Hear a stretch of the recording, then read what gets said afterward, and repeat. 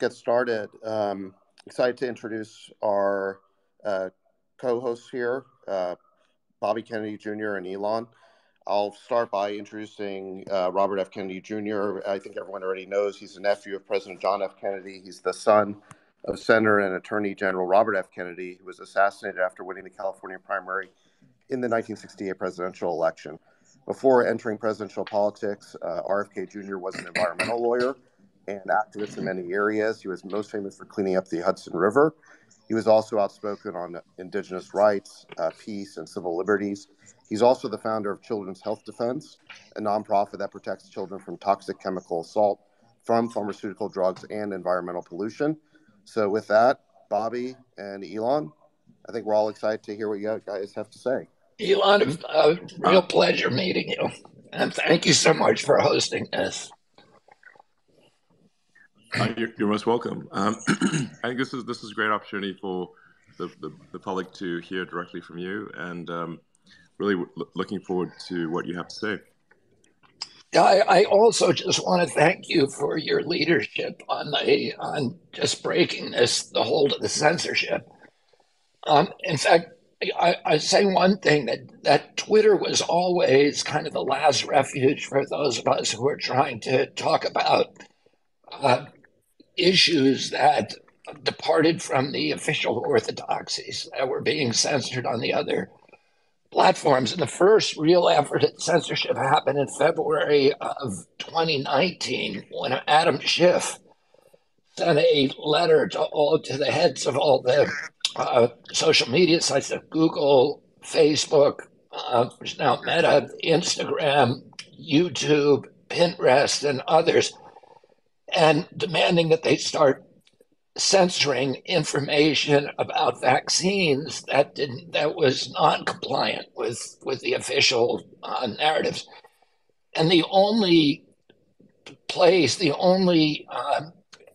group that resisted Schiff at that time was head of the Intelligence Committee, so that was kind of the first indicator that the intelligence apparatus had an interest in public health.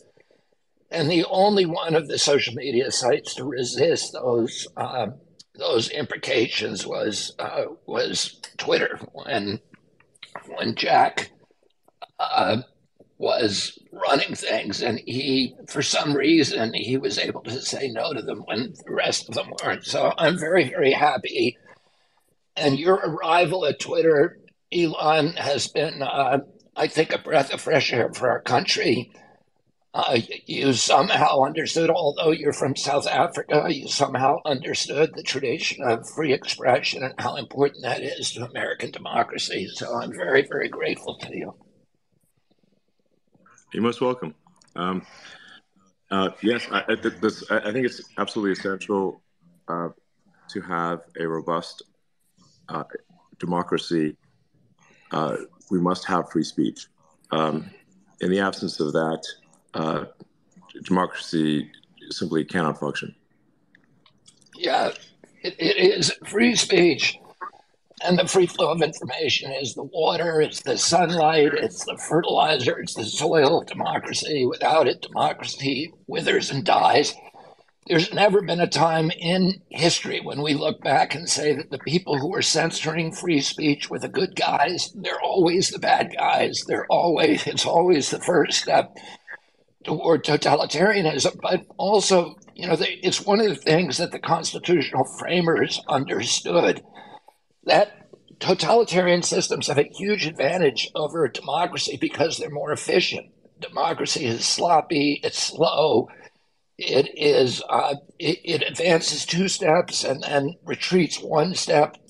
It is the product of a lot of debate, and which is slow moving and laborious. And the only advantage, the big advantage that we have over totalitarian systems, is that the ideas that mature into policies are first annealed in a furnace of debate.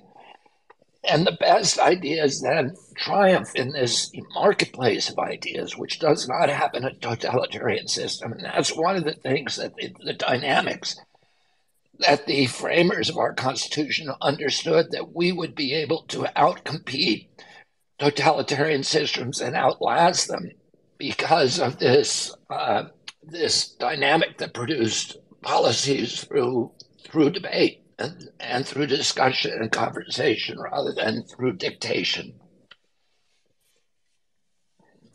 Absolutely, I couldn't agree more. The thing about democracies and free speech is that it's like washing your laundry in public. Yes, you see things that perhaps you know there's dirty laundry, but at least you see it. It's not hidden, and it's essential to have that debate, even if you disagree strongly with one side of the debate. If you don't allow such debates, the thing that I think people who are in favor of censorship really need to understand is that unless people that you don't like can say things that you don't like, it's not free speech. And if you start censoring, it's only a matter of time before that censorship is turned upon you. I mean, the First Amendment was written not for easy speech and likable speech and lovable people. It was written for hard times and to protect speech that nobody wants you to say. And I remember in 1977 when the Nazis wanted to march through Skokie, Illinois, which was a Jewish neighborhood, and the liberals of this country, the ACLU, turned out in force to support that right, even though they were appalled and disgusted by what the Nazis were saying and doing. Everybody agreed that we had to be willing to die for the right to do so. And that's the whole base of democracy, is that we allow people to talk.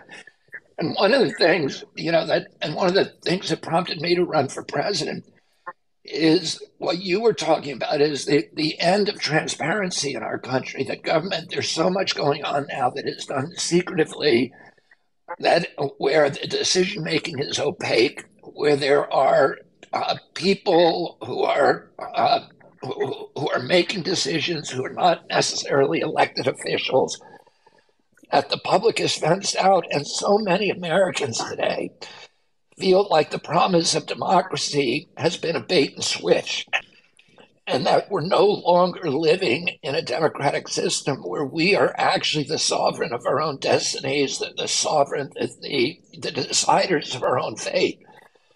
That people over whom we have no control, that moneyed interests, that large corporations have taken over this kind of merger of state and corporate power that's happened in Washington, D.C. and the state capitals, has not only turned our regulatory agencies into predators against the American people. They're supposed to be our protectors, but also that all the decision making, the real decision making, has been taken from the American public. And that, you see so many people. I'm in rural Pennsylvania today, and I'm surrounded by people who feel despair about our country, who are disillusioned, who are struggling with poverty for reasons that they don't understand, but they feel like they no longer are the masters of their own destiny. And I think a lot of that is because it's true. Our government has become an instrument of corporate power, and it is not telling, and because of that, it has to lie to us. It can't afford to be transparent, because if it actually told us what it was up to and why it was making certain decisions, people wouldn't put up with it. So everything has to be cloaked in fear and deception. And I think, Americans, even though they don't understand it, they understand that something very, very wrong is happening to them. Absolutely. The thing actually I find truly bizarre and very different from the past is that it's not just large corporations and government that are in collusion, which has actually been the case for a while. I think it was Eisenhower that warned us about the military-industrial complex, for example, and he's someone who really knew about it. But the thing that I find difficult to forgive is that the legacy or traditional media is also almost entirely, with some exceptions, working in lockstep with the government and with sort of with corporate America, and they, it is really their obligation to question the government, not to go along with it and be their mouthpiece. In the United States, this is insane. Yeah, I mean, the function of the media traditionally is supposed, as the guardians of the First Amendment, they're supposed to speak truth to power. And instead, they've become propaganda vessels for the powerful, for the military-industrial complex, for the pharmaceutical companies, for other large corporations. One of the mechanisms by which that media capture has taken place is through advertising, and particularly in the pharmaceutical realm. In 1997, we changed the law in this country. We had always forbidden the use of the media to sell pharmaceutical products. There was no direct-to-consumer advertising of pharmaceutical products. It was against the law. FDA changed that law in 97, and it launched a tsunami of pharmaceutical dollars into the advertising space and gave the pharmaceutical companies control not only of the platform for advertising their products, but also control of content on nightly news. I had this weird meeting with Roger Ailes. Roger Ailes was the founder of Fox News, and I had this very strange relationship with him because I spent 3 months in a tent with him in East Africa when I was 19 years old. And even that was before he started Fox News. Once he started Fox News, he became kind of this Darth Vader figure for me. But despite the fact that all the things he was doing to our country were antithetical to what I believed in, I kept this very fond personal friendship with him, and he would allow me on his network, and he would require his hosts like Hannity and Neil Cavuto and Bill O'Reilly to put me on to talk about environmental issues. I was the only environmentalist during those years who was regularly going on Fox News. And in 2016, I had done a documentary on mercury in vaccines, and I showed it to him, and he was very interested. And he had a family member who he thought had been injured by a vaccine, and he said, "Unfortunately, I can't help you with this." He said that any of his hosts who allowed me on TV to talk about this, that he would be forced to fire them. And he said that 75% of his advertising revenues for the nightly news shows were at that point coming from pharma. He told me that on average, there's 22 advertisements on a nightly news show, and 17 to 18 of those are typically pharmaceutical ads. And he said if any of his hosts allowed me onto their show without checking with him, he would be forced to fire them. And if he didn't, he would get a call from Rupert, but he said from Rupert within 10 minutes. And of course, he meant Rupert Murdoch, who is the owner of Fox News. And that kind of gave me insight to, why nobody on TV wanted to talk about these things. Because as I said, the pharmaceutical industry not only is using those shows as a platform to advertise its product, but there's only 2 countries in the world that allow direct-to-consumer advertising. One is New Zealand. The other is the United States. And largely as a result of that, we take 3 times the pharmaceutical drugs of any other Western nation. We have we have the worst health outcomes. We pay more for healthcare than any other nation. And I think we're 79th in the world. We're behind, I think, Mongolia and Cuba and Costa Rica in our health outcomes. And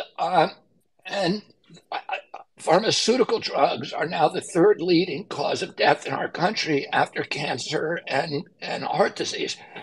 And it's not just pharmaceutical companies. I was watching the other day Good Morning America, and there was an advertisement, I think it was by General Dynamics on Good Morning America. There's nobody in the audience of Good Morning America who is buying killer drones. And so why is General Dynamics advertising on Good Morning America? Well, of course, they're doing those advertisements because they want to dictate the content. They want to be able to have an editorial control over the kind of Overton window that Good Morning America is permitted, within which discussions on Good Morning America are permitted. So they want to make sure that that Americans are enthusiastic about our wars and about our belligerent national policy, so that they can continue selling weapons. And unfortunately, um, those are the forces that are dictating a lot of the official narrative that we hear from network TV and from the corporate-owned television. Yeah, yeah. In fact, the Twitter has seen extreme pressure from advertisers, as and has at least in the West, seen a advertising boycott from a lot of companies. I would like to for sure thank those companies that have stuck with us, like Apple and Disney and many others. But we have in for North America and Europe seen roughly half of our advertising disappear overnight, simply because we insist on free speech. So what you're talking about, I think the public does not realize the magnitude of the pressure, extreme financial pressure that is placed upon organizations to toe the line by advertisers. And I think this is a fundamental corruption of democracy, and the public should be absolutely outraged by this. And something's got to be done about it. It's insane. They're literally trying to drive Twitter bankrupt. Well, I was really curious about your decision to release the Twitter files, because if I had been your attorney, and I wouldn't be because I'm not a corporate attorney, but I can't imagine that any attorney for Twitter told you that that was a good idea. And there was a time, we were suing the social media companies for the censorship.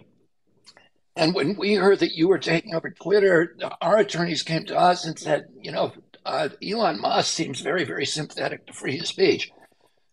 Maybe we should tell him that we're about to sue them all, but that we'll drop Twitter from the lawsuit if he releases the records of his communications with the White House.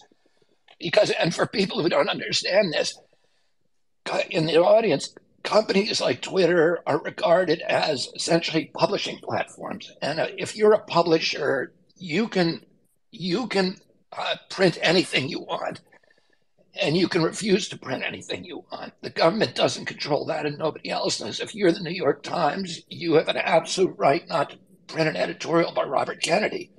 No, that's not censorship.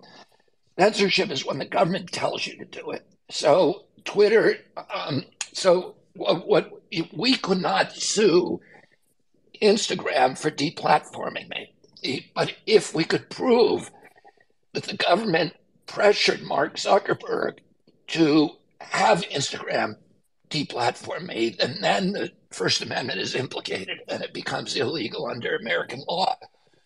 We had that proof for some of the companies, but it was right on the borderline of whether judges would accept it or not. And it would have been very, very valuable to us at that time to have the kind of information that was released in the Twitter files. But I at that time told my attorneys, I don't think Elon would do that, because his attorneys are going to tell him it would be insane, because it would subject Twitter to a litigation, to a liability risk. And I was so surprised and delighted when you did that on your own.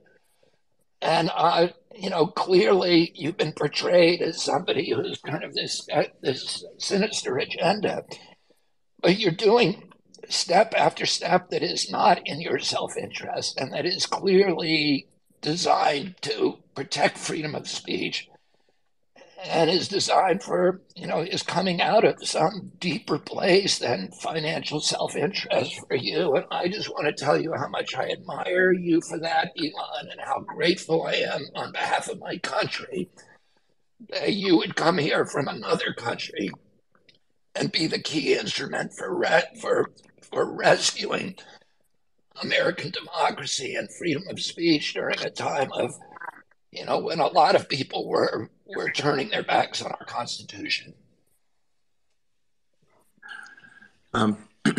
Yeah, it definitely has been extremely difficult.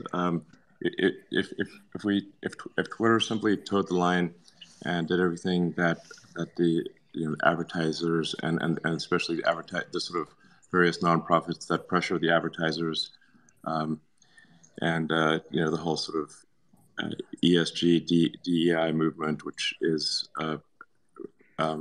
sort of having a much bigger effect on the actions of corporations than people realize. I mean, if we simply towed the line like everyone else, we would have. It's billions of dollars a year in difference. Basically, our revenue is cut in half because we didn't toe the line. So the magnitude of this is extreme, and it's frankly a struggle for Twitter to break even. We're hoping to break even, but we're not there yet. And but I don't care how much it costs or what it takes. If we lose free speech, we lose democracy. If we lose democracy, America falls. America falls. I don't know what happens to the world, but it's not a good thing. I mean, I'd love to hear any kind of details about. Did you talk to attorneys before you released the Twitter files? Did you talk to anybody else who told you you must be out of your mind to be doing this? Oh yeah, absolutely. Everyone, I mean, every lawyer advised against it and said it was insane, and that would get into huge trouble, and I would be sued to hell and gone, and it would be a massive disaster. Yeah, I don't care. I don't care. I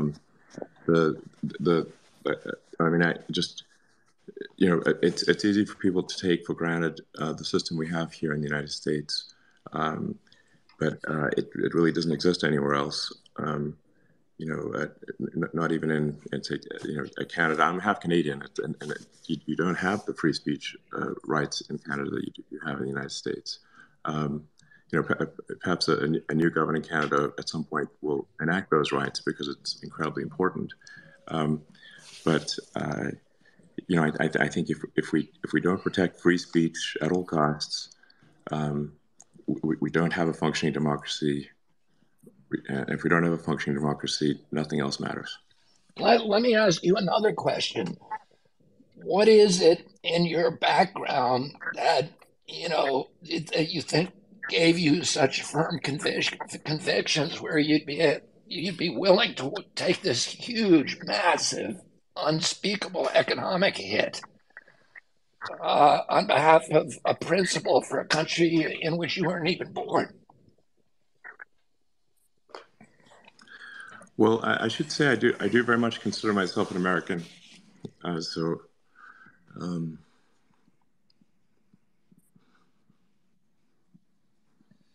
But what do you think it was in your background and your childhood or whatever? Were there any time? Was there something that Was it a civics lesson? Was it a professor? Was it?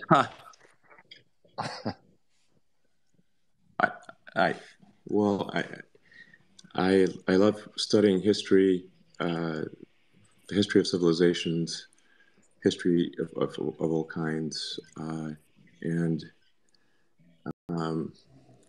while of course the United States has made mistakes and it is not perfect and it has at times done things that are wrong, I am of the firm belief that the United States has been the greatest force for benevolence in world history, and this is again not to excuse mistakes or bad things, that is, I think the evidence for the United States being a benevolent force in the world is overwhelming. You look at things like, the Marshall Plan after World War II. At the end of World War II, the United States had overwhelming military might. It had the nuclear bomb. The United States could have taken over the world. It could have acquired whatever countries it wanted, and yet it didn't do any of that. In fact, it gave money to the countries that had been fighting. I'm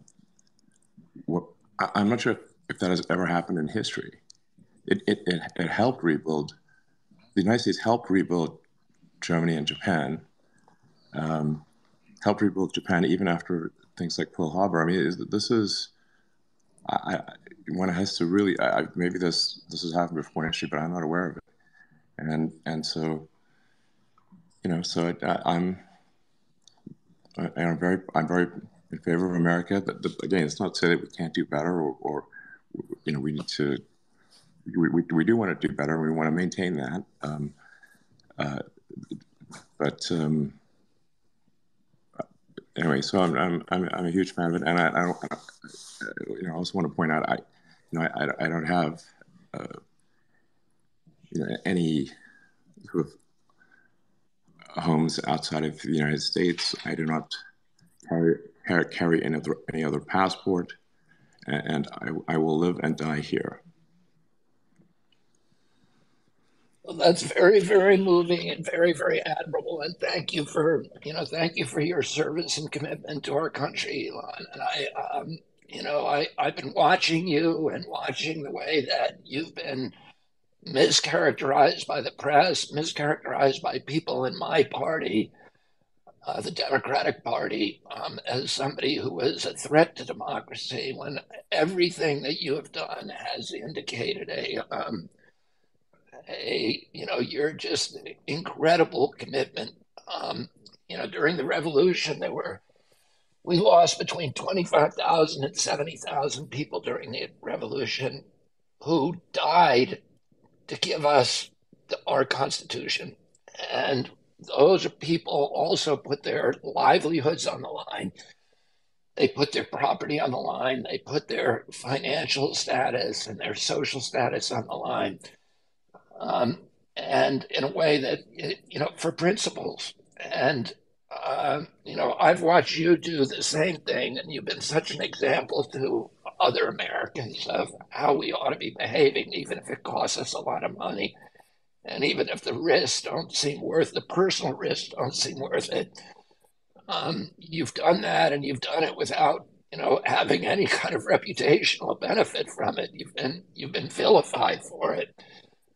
So I want to thank you there. I do want to ask you a question about, because I really started admiring you when I saw an interview that you did years ago, where you said that you said that we should be terrified of AI. That you said, I think I quote you this. You said first it's going to take our jobs and then it's going to kill us. And so and that felt like real honesty to me from somebody who is at the center of the tech industry and even working on AI stuff. And then I see what you're doing with Neuralink, and it seems to me that is a technology that could potentially be really horrifically denigrating to democracy and human freedoms if it's taking the wrong direction. So what are your thoughts about that? Well, with Neuralink, first of all, it's important to appreciate Neuralink, which for those who are unaware of it, is Neuralink is developing brain-to-computer interfaces to allow direct communication with the brain. The Neuralink will progress very slowly because anytime you have a device implanted in a human, the FDA requirements, I think, correctly, are extremely difficult. and you have to pass many hurdles to have that work. The first applications that we're talking about are simply enabling someone who is a quadriplegic or tetraplegic, someone who has lost the connection from their brain to their body, to be able to communicate. So you can imagine, say, if Stephen Hawking was able to communicate as well as someone with a fully functional body, that would be incredible. So for many years, the applications simply be to enable functionality that people have lost due to spinal or brain injuries. Long term, I think it has hopefully some chance of mitigating the artificial intelligence existential risk by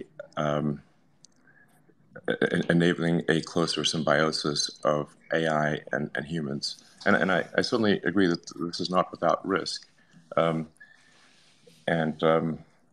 It's something we need to be very, very careful with how it's done. But I just do want to emphasize it's not going to happen suddenly. It'll happen very slowly. And at least looking at the advancement of artificial intelligence, I think we will probably have digital superintelligence before Neuralink is sufficiently advanced to have high bandwidth communication between your sort of cortex and the sort of the AI extension of yourself. But no question, we need to be extremely careful, and we will be extremely careful, and it will move slowly. So you'll definitely see it coming, and people have an opportunity to object and raise concerns and issues. And with Neuralink, we're also trying to be extremely open book, and so there's nothing hidden, and we are, like I said, ordered it extensively by the FDA. Now, with respect to artificial intelligence or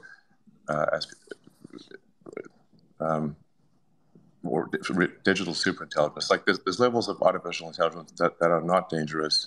Like I don't think your self-driving cars are really dangerous, or having better autocorrect is dangerous. But it's when you have some deep intelligence that is far smarter than the smartest human, that's where things could get dangerous. No, I don't want to go too far down the AI rabbit hole because that's a big one. But it's not that I think that digital superintelligence or AGI is definitely a bad thing. I just think it's a very powerful technology, and that there's certainly risk of it being a bad thing and acting in a manner contrary to the interests of humanity, and that we need to be cognizant of that risk, and we need to just be very careful and thorough and do our best to ensure that it is beneficial rather than harmful. Yeah. Yeah, I mean,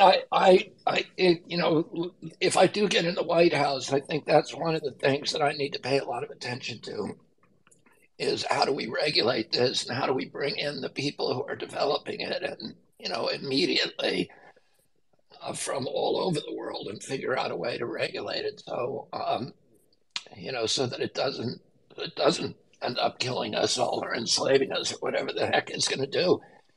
But even even self-driving cars, I think something like 40% of the jobs in America are driving jobs or involve driving. And if you get rid of those jobs, like even Uber jobs, which are an entry level, which we could do in the next decade or not, I mean, it's going to be a really difficult challenge for our country to figure out.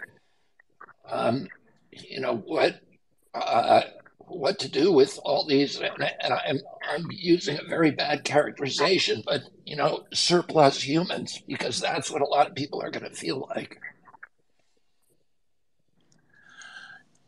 Yeah, so I do think there is an avenue for, say, Uber drivers or drivers in general, in that there'll still be a need to manage and take care of a bunch of self-driving cars, almost like a shepherd tending their flock.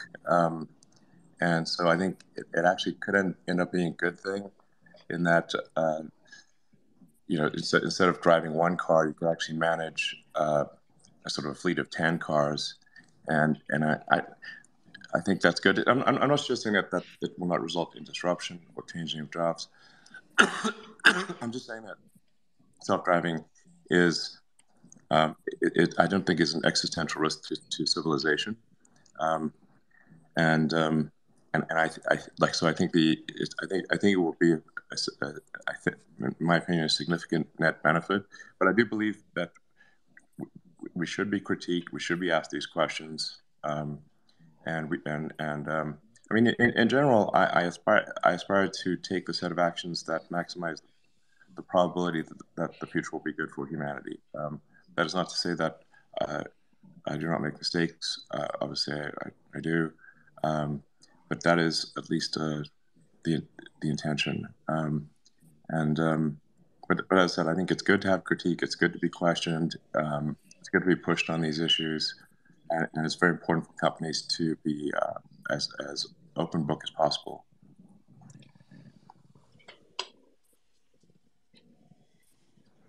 But actually, perhaps I mean, I think these are really interesting topics for people. But I think a lot of the public would love to hear about your presidential run.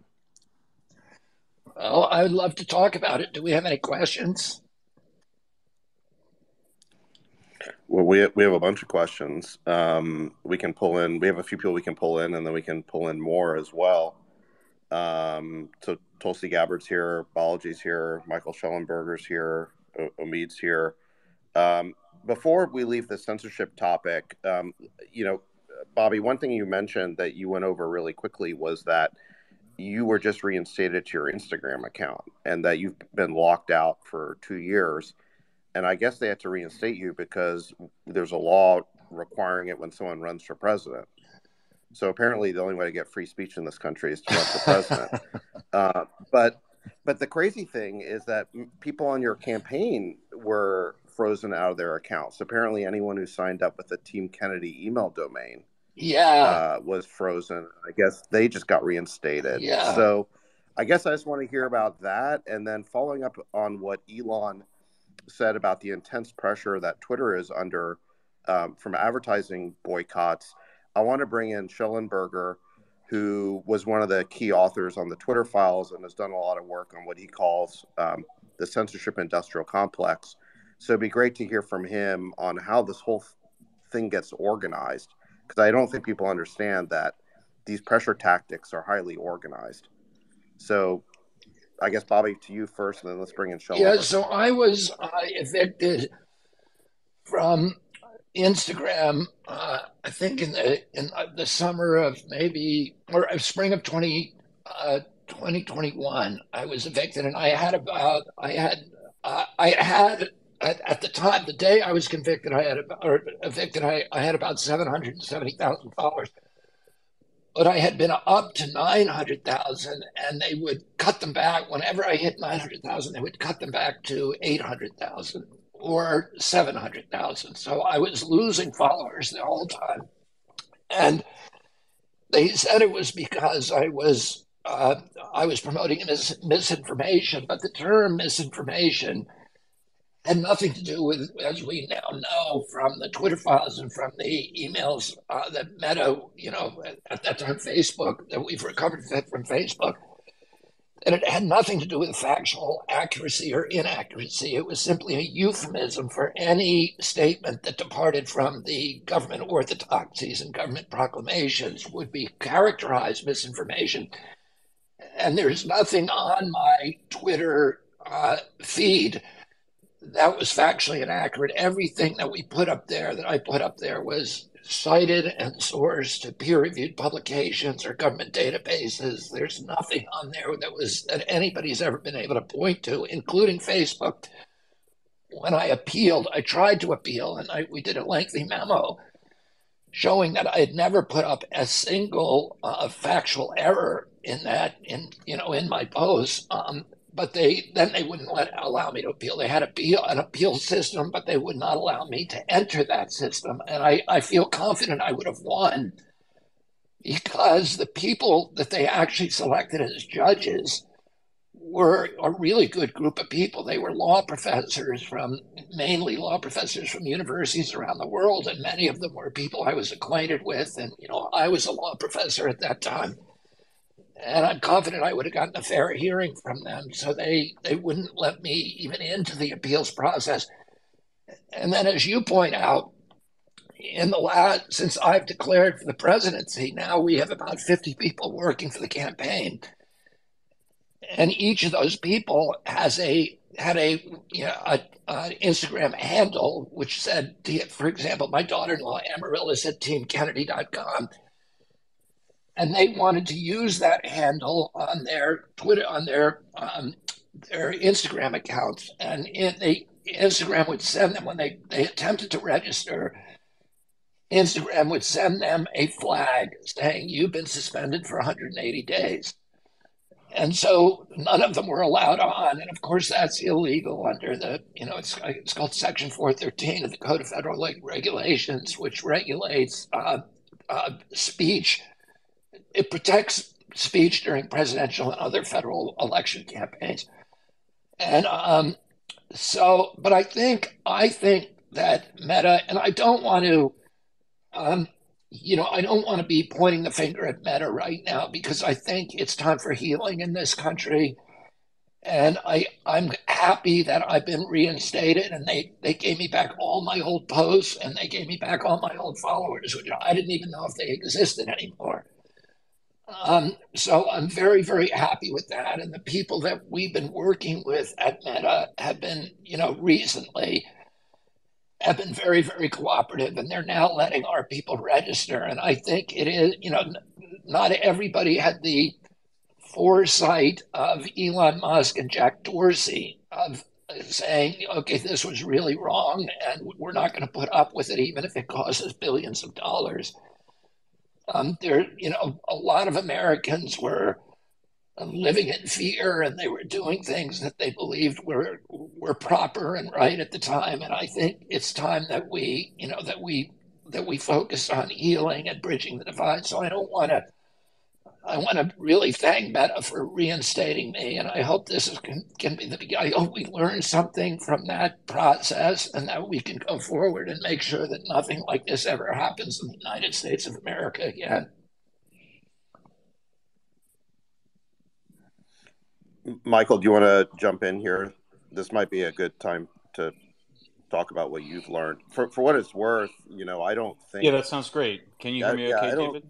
Yeah, I mean, for what it's worth, I don't think that Meta as a company wants to be censoring people. I just think that they're under incredible pressure and didn't stand up to that pressure. But Michael, can you speak to that? What you found?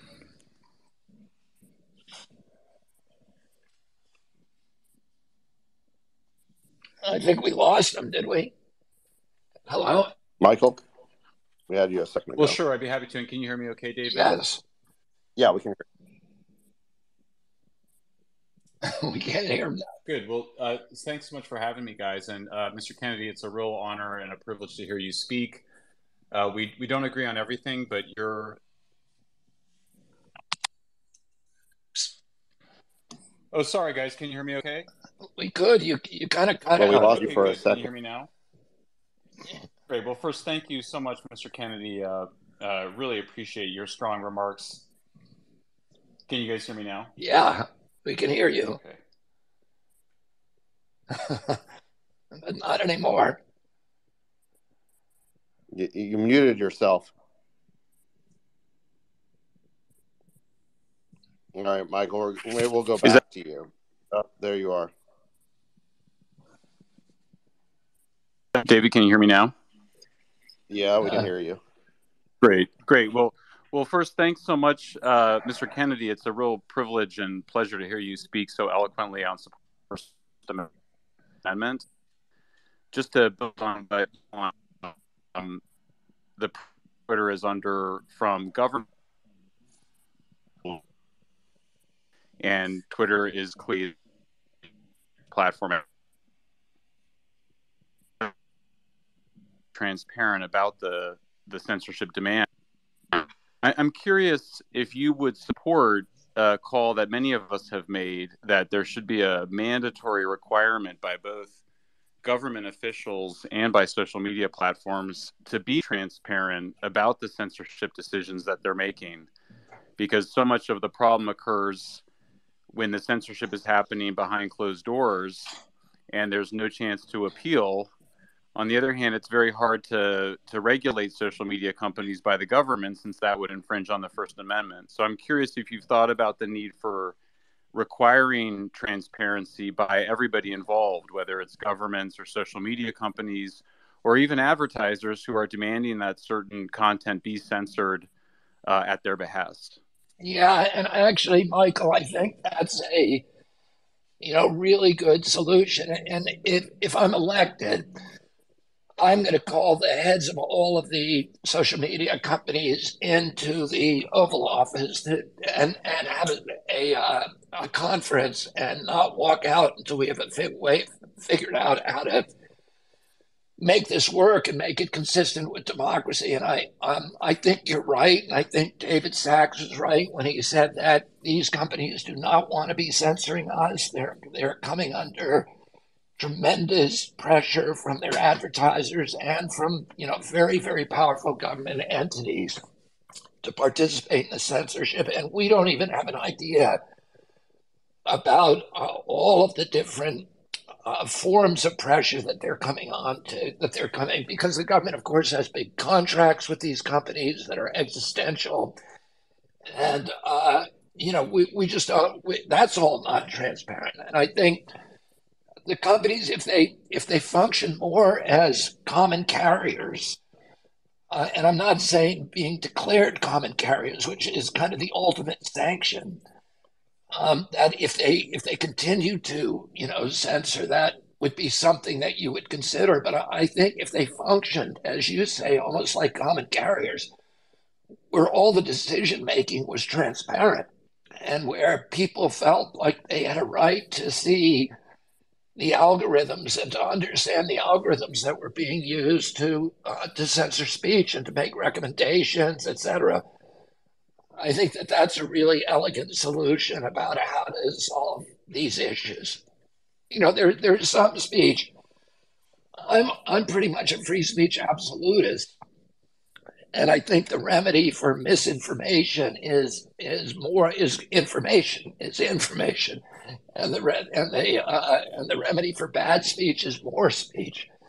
It's never censorship. Censorship is by far the worst solution. There are forms of speech that are not protected. Inciting violence is not protected.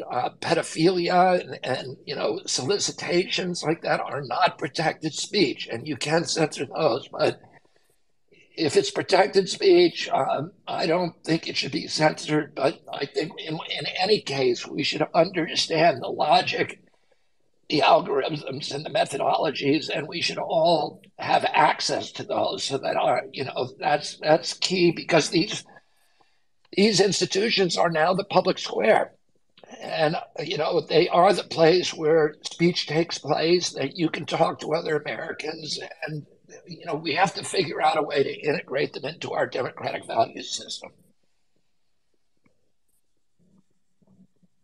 Well, that's really wonderful to hear. Thank you so much for that. It's a very strong endorsement of the transparency, which is, I think, something that brings together people on the left and the right.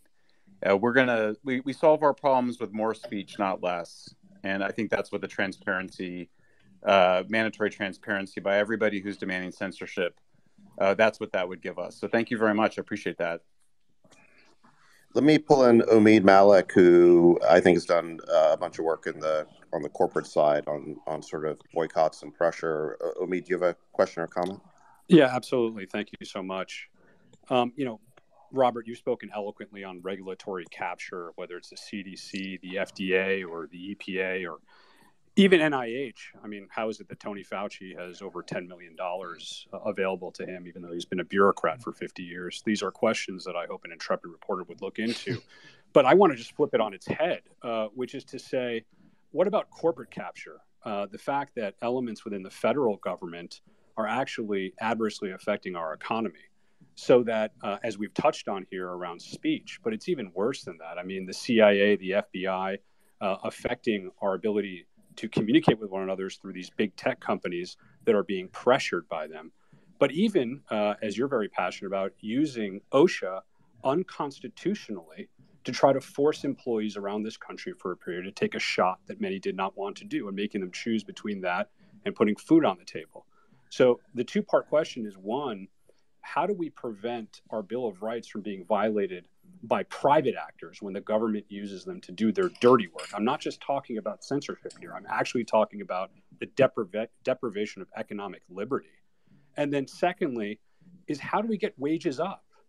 And is that, then I want to ask you about that specifically. Can you get wages up finally in this country by actually having a border and restricting immigration? Thank you. Yeah, I mean, let me just address that second issue first, which is, yeah, we need to seal our border. The function, it is a key existential function for every nation in the world to be able to control immigration at its borders. And having millions of people, or hundreds of thousands, in this case, millions of people flowing across the border is not something any nation can or should put up with. And worst of all, it's created a humanitarian crisis at the border. The notion that we have an open border is now a gospel around the world, so that people are flying in from all over the world, from Europe, from China, from Asia, taking planes to Ecuador, and then there's and being assisted by nonprofit groups and by government groups to actually make their way to the United States border in buses, and that needs to be shut down. And one of the ways that we do, and a lot of the Latin American and Central American immigration is the direct result of bad U.S. policies in the South, austerity programs, the war on drugs, the funding of death squads, the installation and support of juntas, military dictatorships, and genocides in those countries that have been happening for decades. And we need to address those issues. But above all, we need to seal the border. I'm actually going to the border tonight. I'm crossing the border, I think, around 3:00 in the morning into Mexico, and I'll be talking with people on both sides of the border and talking to stakeholders. And over the next 3 days, be meeting with people from the Border Patrol and elsewhere to try to formulate policies that will seal the border permanently. And the flow of we have people in this country who are poverty stricken and who don't have access to, because the paucity of public assistance, don't even have access to public assistance. And we need to be protecting the people in this country, in our urban populations and rural populations. 57% of Americans could not put their hand on $1,000 if there's an emergency. We don't have the capacity to support a lot of new immigrants, this huge flood of new immigrants that's coming into our cities and stressing the school systems, stressing the social service systems for people who are already, for Americans who are already struggling with. It needs to be turned off. And that's what I will do as president. I am going to imperviously make that border impervious. And, there's other countries that have this issue. Israel has this issue with African populations, and using a variety of different technologies at their border, some fencing, but mainly technological surveillance, they've been able to shut it down. And we need to be doing the same thing. And as president, I will do that. I will also open up legal immigration so that the immigration that we do need, that's going to be beneficial to our country and economy, will continue. but we cannot have uncontrolled immigration at the border. In terms of the role of these agencies in compelling behavior from U.S. corporation, it is appalling, and as soon as I get into office, I'm going to issue an executive order forbidding the federal agencies, whether it's NIH, whether it's the CIA, the FBI, from participating in any efforts to censor speech by the American public or to compel other behavior from the American public that is not legally required. And that's what we saw during the pandemic. We saw it, in the vaccine mandates, and we saw it in the censorship of speech. And I will forbid that and make sure that it does not happen, at least during my term in office. Immediately, the first week I'm in office, I will sign that executive order. Thank you, and thank you, Elon and David, for hosting this. I also will close by saying it is somewhat ironic that the Democratic Party is not permitting democracy to occur within their own party and giving a platform to Robert to at least debate Joe Biden. Well, that's an interesting point. Let me pull Tulsi into the conversation here. Tulsi's former Democratic Congresswoman, who I believe is now an independent. I actually have a question for both of you guys about the evolution of the Democratic Party. Bobby, the Democratic Party of your father was the party of peace over war, the party of free speech over censorship, the party of civil liberties over the surveillance state. And today, you're perhaps the only prominent Democrat who is taking that sort of dissenting side on those issues. Tulsi, I think you feel the same on those issues too. I guess my question is, what happened to the Democratic Party? And to be sure, many of these afflictions are bipartisan, but there used to be a very conspicuous wing in the Democratic Party to oppose these things, and it seems like there isn't anymore. So I guess my question for both of you is, what happened and can it be fixed? I mean, I'll just answer briefly, and then I'd love to hear Tulsi's answer. I watched this happen in the Democratic Party. I watched some of this happen. I mean, I think the Democratic Party became the party of war. I attribute that directly to President Biden because President Biden is always, although I've always liked him, the one part of him that I did not like is that he's always been a very, very in favor, very bellicose, pugnacious, and aggressive foreign policy, and he believes that violence is a legitimate political tool for achieving America's objectives abroad, and that in many cases it's the first and most prominent tool that the federal government used during the Iraq War. When my uncle was fighting against that war, Joe Biden in the Democratic Party, more than any other senator, was the man who was promoting that war, and I think that's one of the reasons he got the support of the neocons. And all of these the neocons, for people who don't know what the neocons are that were called neoconservatives, but they were a group of people who had departed from both the Republican and Democratic parties after the defeat of the Soviet, after the collapse of the Berlin Wall and the collapse of the Soviet Union. There were a group of people who prominent intellectuals who took the position that America had won the Cold War and that as victors we should enjoy the spoils, and they published a plan called a Project for a New American Century that essentially argued that America should use its military domination, its military superiority now as the only superpower to impose an American hegemony, an American control, to use violence to impose American control of all the countries in the world. And that group, I think 22 of those leaders ended up in the State Department and White House during the George W. Bush's administration. They orchestrated the war. They had a plan for 7 wars that we would fight very quickly in order to defeat all of our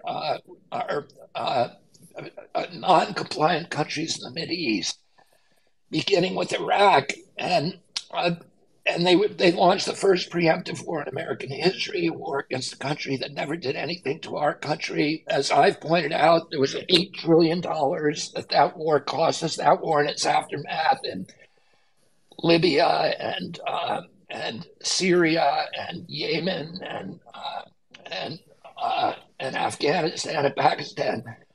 It cost us $8 trillion.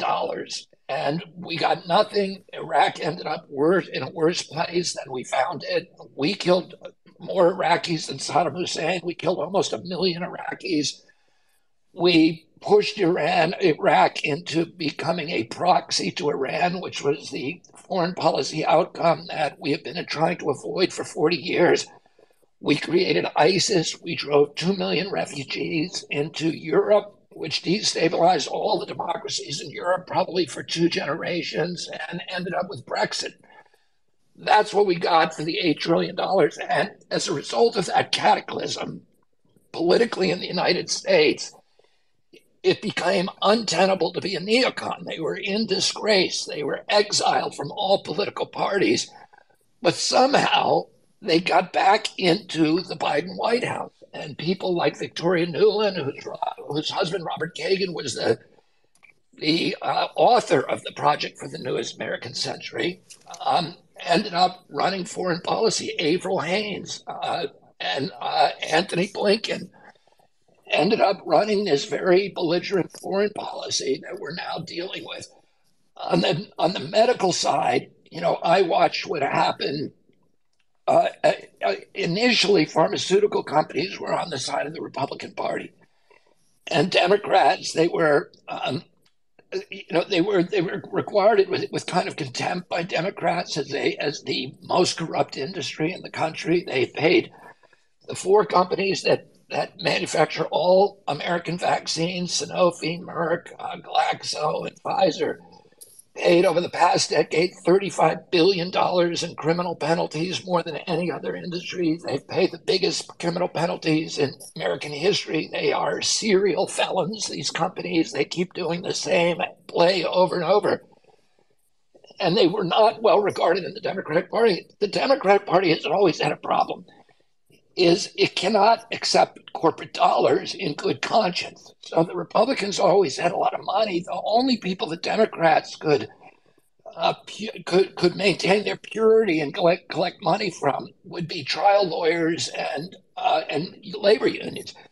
But the labor unions declined precipitously, so they went from about 50% to 10% of the American workforce, and so we were left with was trial lawyers. And then when President Obama was trying to get Obamacare passed, he shook a golden handshake with the devil, with the pharmaceutical companies. He could not get it. The pharma has more lobbyists on Capitol Hill than Congress, than all the congressmen, senators, Supreme Court justices combined. They give more to lobbying, twice what the next biggest industry, more than any other industry. And President Obama, they could have deadlocked Obamacare forever. So Obama needed to placate them. And the way that he did it was by making this terrible deal where the federal government could not bargain over the price of pharmaceutical products in Medicare, or in Obamacare. So Obamacare is going to be paid to create this flood of money to the pharmaceutical industry to buy their products for free, for the patients for free, but we could not bargain like you can in Canada and every other nation. You couldn't bargain with them, so they could charge anything they wanted, and that sealed the deal. And all of a sudden, pharma was on the side of Obamacare, and it became permissible morally for Democrats to accept money from pharma. And within a year, Democrats were getting more money from pharma than Republicans, and so that put them on the side of the pro-vaccine side. We kind of divided evenly, and then in 2016, President Trump ran, and 3 times during his presidential campaign, he made the statement that he thought that vaccines were causing autism, and that created this. That issue then became part of the culture war. It became part of the cultural divide Democrats put that issue into the same anti-science dumpster as President Trump's climate denial.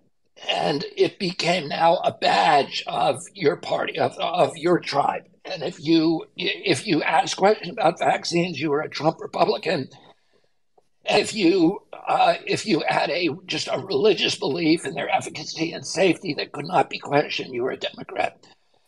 And so I watched that all happen, all that play out, and watched the Democrats slowly become these pro-corporate, pro-war, pro-censorship Republican. What had once been Republicans, and the Republicans then became anti-censorship, pro-civil liberties, anti-war, and there's been this tremendous realignment. And I talked more than I wanted to because I really want to hear from Tulsi and hear her take on it. Thanks, Bobby, and thanks for the question, David. Look, so much of what you said is what drove me to leave the Democratic Party.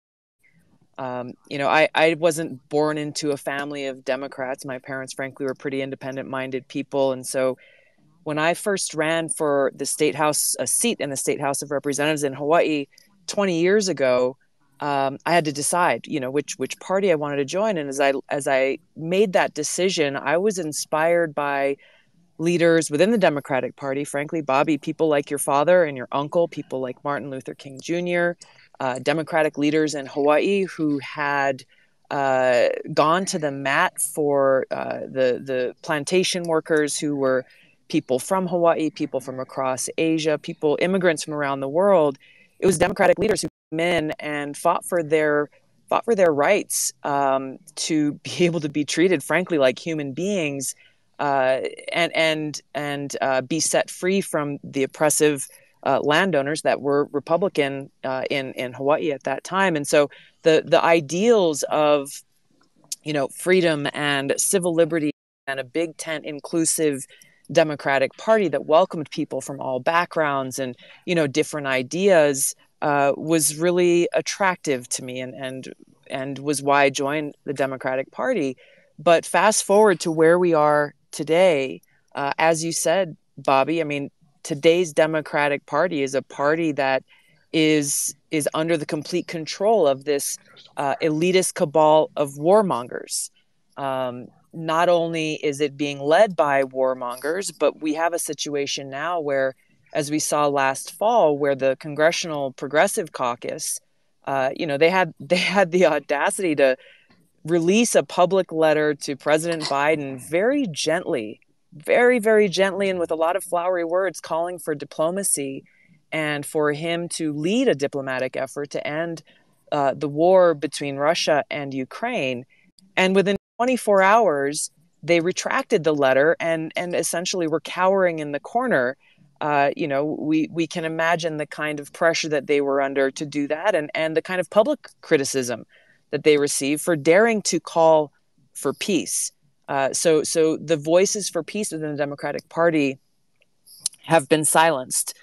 Rather than this big tent inclusive Democratic Party, we now have party leaders who are focusing their efforts on dividing us, on racializing every issue, using identity politics to, gain a few political points and votes, undermining fundamental freedoms, freedom of speech, advocating censorship, not only advocating for it, but trying to create government entities in order to shut us up, weaponizing the national security state to go after political opponents. The principles and ideals that the Democratic Party stands for today are directly counter to those that are fundamental and foundational to this country. And now we're at a point where President Biden has most dangerously dragged us essentially to the brink of nuclear war. And that's where, Bobby, I'd love to ask you a question in this realm, in this vein of foreign policy, given the realities that we're facing, given, we're increasingly hearing a lot of politicians, Republicans and Democrats, frankly, including President Biden, who are actively and aggressively calling for a complete decoupling of the United States and China's economies. And the Biden administration is actively and moving forward quickly in this direction. Elon, you recently talked about how the United States and China's interests are intertwined like conjoined twins. I think really making the point that this act of decoupling our economies would essentially be like ripping apart conjoined twins, implying the catastrophic consequences that would occur as a result for both of these countries and the world. So, Bobby, what would your approach be with the United States' relationship with China? Do you believe that it's actually possible to have a peaceful coexistence or even a win-win relationship with China? Or do you believe that it is a zero-sum game where in order for the United States to win, that China must lose? Yeah, I think that's a great question, Tulsi. And my approach to that would be, let's recognize the reality that China is a very ambitious nation, and that it does want to compete for us for influence in the world. But the reality is, it does not want to compete with us militarily. It does not want to have a war with the United States. And China is still a very poor country compared to us. They have the Chinese have per capita about 1/3 the income of the United States. They want to have better lives for their citizens, and they want to compete with us in places all around the world. I think we ought to be competing with them. I think we ought to be competing with them on an economic platform, not a military one. And I feel I'm not scared of the Chinese. I'm not frightened that American ingenuity is going to fall behind the Chinese. I think it will be that kind of competition is a competition that will be good for the whole world. And it's a competition that is a collaborative piece, a collaborative world rather than a competitive world, a kind of collaborative competition, if you will. And, the Chinese do not want to have a war with us. We spend more on our military. We're now spending 1.3 trillion a year on military, including veterans benefits, which you can't cut back. But, we were told after the Cold War ended that we were going to get a peace dividend, and we were going to cut our military budget back to 200 billion a year. Instead, we've got it at 1.3 billion a year if you include, veterans benefits and national security. And we never got that peace dividend. So we now spend more on our military than the top 10 next nations in the world. We have 3 times the military budget of the Chinese. We have 5 times the nuclear weapons of the Chinese. The Chinese cannot and do not want to compete with us militarily. The Chinese have about 1.5 military bases in the world. We have 800. So it's kind of a self-fulfilling prophecy that says, oh, the Chinese want to be our enemy and have a military competition. They don't. What we should be doing is de-escalating the military pressure on China. We should be talking to China, for God's sake. We haven't had a meeting with China in 5 years. We know what our objectives are. We want to rebuild our industrial base in the United States. We don't want the Chinese to take that from us. And any negotiations with the Chinese should not be about military swaggering. It should be about how do we have an economic relationship with you that is going to benefit all parties the way that every good economic relationship does. And here's what our objective is in the next round of negotiations is we want to rebuild our industrial base here in the United States, and any agreement that we make, any transaction that we make with the Chinese, that should be foremost in our minds. How do we do that? But I'm not, the Chinese have been doing a lot better than us because they've been projecting economic power abroad, and that the world likes that. We think the world is on our side, but it isn't. All we've got, the only people who are supporting this, this pugnacious, bellicose relationship with China are Australia, New Zealand, Korea, Japan, Britain, Canada and the United States, and we're pretty much alone in the world. The rest of the world is looking at us and saying, "What the heck are you doing? Why are you trying to create a war with China? Why are you fighting them over?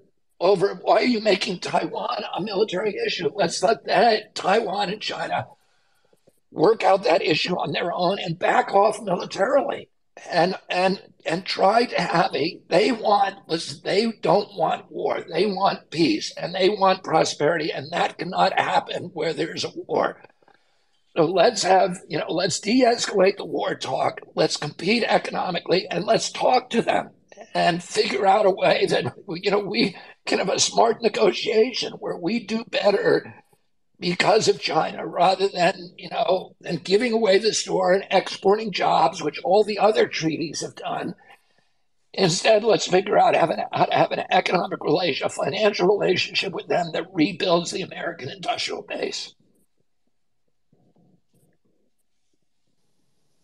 Thank you, Bobby. This is such an obviously this issue, and the broader issue of foreign policy is central to any presidential race, and it's unfortunate that traditionally, as we've seen, these issues are very rarely given the kind of attention they deserve, and yet again, this is exactly why there should be presidential primary debates for the sake of the American people, to have a clear choice, a clear informed choice on who they would like to see as our president and commander in chief. Thank you for sharing your insight, and thank you, Elon and David, for hosting this important conversation. And Tulsi, we haven't had a serious economic a meeting, even a political meeting with the Chinese since 2015, 7 years.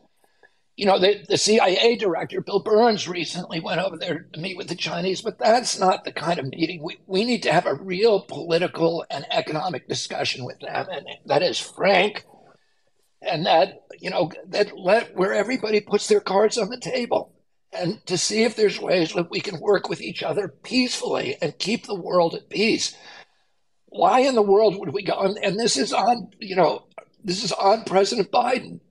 President Biden has forbidden his State Department, which are run by neocons, has forbidden any kind of talks or outreach to the Chinese. That is outrageous. It is exactly the opposite of what Dwight Eisenhower was trying to do, to find a road to peace with the Russians, which was disrupted by the CIA's misbegotten U-2 flights. And then my uncle tried to do the same thing. Let's have peace with Russia. Let's have peace with China, and let's all enjoy the prosperity of healthy economic competition. Well said, Bobby. Thank you. It's actually something that is worth noting is that on my recent trip to China, with the senior leadership there, we had, I think, some very productive discussions on artificial intelligence risks and the need for some oversight or regulation. My understanding from those conversations is that China will be initiating AI regulation in China. So that was those were very promising discussions, I pointed out that if there is a digital superintelligence that is overwhelmingly powerful, developed in China, it is actually a risk to the sovereignty of the Chinese government, I think they took that concern to heart. I love you saying that, because it makes us understand that no matter how you feel about China, if we are not able to negotiate with our adversaries on issues like that, there are now existential threats. And it's not just AI, it's these bioweapons development where, we have these labs now all over the world, in Ukraine, et cetera, that are developing all kinds of hideous bioweapons, and including, ethnic bioweapons that kill people from certain races, et cetera, that are designed to do that, and they already have them. And they're ready to escape. And every country in the world has wanted to ban bioweapons. We initiated. Richard Nixon signed the Bioweapons Treaty in 1973. Got all the countries in the world to agree to stop developing them, but we, the CIA, continue to secretly develop them. And then after 2001, we passed the Patriot Act and we relaunched the bioweapons arms race. So now every country in the world, or many, many countries, are now developing them. We should shut the whole thing down. COVID was clearly a bioweapons problem. And you saw what that did to us. What if it was a real disease, a disease that had a 50% mortality, like dengue fever, Ebola, or one of these other really deadly viruses? They've got those in the labs too. What if that was the one that escaped? Let's shut it down around the world. Let's have a real shutdown of all bioweapons development, have verification of that. And then let's sit down with the other people from Iran, from Israel, from Russia and China, and talk about AI, okay, and make sure that one country does not develop a weapon that is going to kill all the rest of us. We need to have, you can't just have one country regulating this. China alone cannot be regulating the development of digital superintelligence. You need the United States and China. All of us need to be participating. All of us need to be able to police the research that's happening in other countries. And we need to have transparency and protection. Otherwise, we are headed down the road to a very grim dystopian future for all of humanity. We are beyond the point where we can afford the luxury of not negotiating about these things with the other powers in the planet. And, we need a president who is aware of these threats to humanity and sees himself as the guardian of all of humanity and is thinking about this 24 hours a day. How do we avert this kind of future, a bioweapons extinction or an AI extinction? We cannot afford not to negotiate about this stuff anymore. And or allow all these agencies. The CIA is developing this stuff too, and we have no idea. They are not friendly to the American system. I talked to Mike Pompeo the other day, and he said when he was at the agency, he was very candid and really smart about the agency. And he said when he was there, he did not do a good job of dismantling agency capture at the CIA. And he said if you take the upper echelon at that agency, it's made up almost entirely of people who do not believe in the institutions of the United States and democracy. And, and I think that's absolutely true from everything I know. And I know a lot about that agency. And we have got to get off a war footing, which gives these institutions the excuse to be super secret and non-transparent and pretend we're and put us in a security state where they can develop all these crazy technologies in secret that are going to kill us all. It's crazy. It is, Bobby, and that really gets to your central point about diplomacy. And Elon, your example of what can come about when we're just really willing to have a conversation. The President of the United States should be trusted by the American people to put the well-being and interests of the American people at the forefront of the decisions that he or she makes. There are common threats and concerns that exist with people around the world. We don't live in vacuums. And while we may have differences with other countries, things like AI, things like the threat of nuclear war, things like protecting our environment so that we as humans on this planet have clean air to breathe and clean water to drink, and that we can grow food to survive. You mentioned the bioweapons. There are so many different challenges that we must address together. And we need a leader who recognizes that and puts those interests in the well-being of the people ahead of the whole cabal of special interests that you've talked about.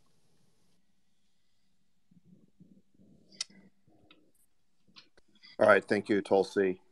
But by the way, Bobby, I think probably the most surreal moment of the entire Ukraine war so far has been when Victoria Nuland was testifying before Congress and admitted that there was a secret network of biolabs in Ukraine who contained materials that were so potentially dangerous that she was worried about them falling into Russian hands. Yeah, and just to your after the media had been characterizing that fact as as Russian disinformation for weeks, and punishing those of us who were saying, "Yeah, this is what's happening." And then Victoria Nuland gets in front of Congress and gets a free question from Marco Rubio, and actually is under oath and answers it honestly and says, "Yeah, we got bioweapons labs there, and we're really scared the Russians are going to get in there and get our stuff." It was so weird because why in the world would we have biolabs there? It's just so strange. The media continued to pile on, by the way, even after she testified and answered Marco Rubio's question. Honestly, I cited her quote in some statements I made, agreeing with you, Bob.